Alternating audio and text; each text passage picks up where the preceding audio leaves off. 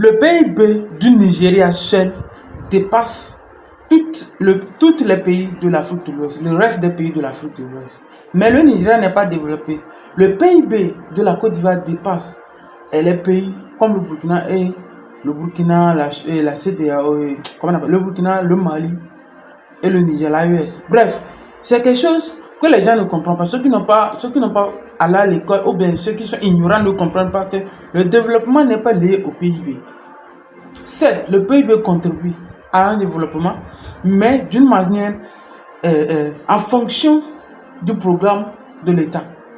Si l'État, les dirigeants de ce pays ne décident pas de distribuer cette richesse d'une manière équitablement, on ne peut pas arriver à un développement symbolique équitable. Prenez l'exemple des pays comme la Suisse et comparez ça à la Chine. C'est des pays qui ont des grandes populations, des grands PIB, des gros chiffres d'affaires, des dizaines de milliers de milliards de dollars. La Chine est autour de 25 à 30 milliards. Les États-Unis, pareil. Ils se concurrencent. Quand vous arrivez en Europe, pareil. Vous allez voir la France, l'Allemagne. L'Allemagne qui est autour de 4 et quelque chose. La France qui est autour de 3. L'Angleterre aussi, autour de 3 quelque chose. Vers l'Allemagne. L'Italie. Beaucoup l'Espagne. Qui sont dans des milliers de milliards. Mais quand on prend des pays comme la Suisse, le Luxembourg, des petits pays en Europe,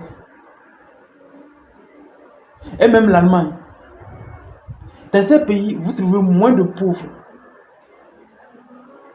que quoi? Que les États-Unis, comment appelle-t-on? La Chine.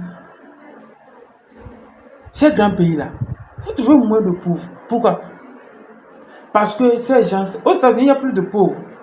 Il y a des pauvres. En Chine, pareil. Pas parce qu'ils ont une grosse salaire, des PIB importants, mais parce que les dirigeants ont su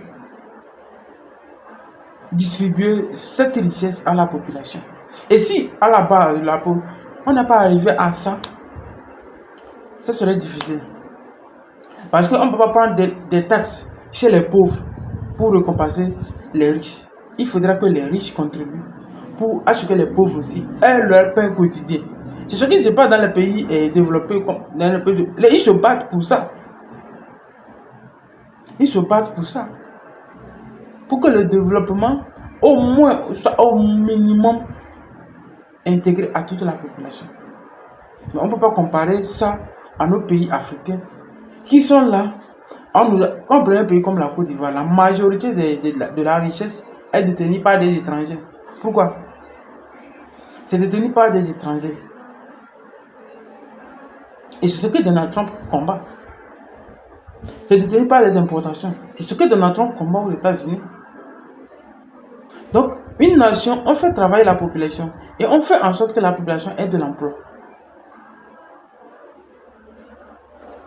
Donc, il ne s'agit pas forcément, peut-être, un pays comme le Nigeria, avec un PIB très important, vous allez voir que le Nigeria, c'est le pétrole seul qui donne de l'argent. Mais vous n'allez pas comprendre, vous allez dire que non, pourquoi? C'est comme ça.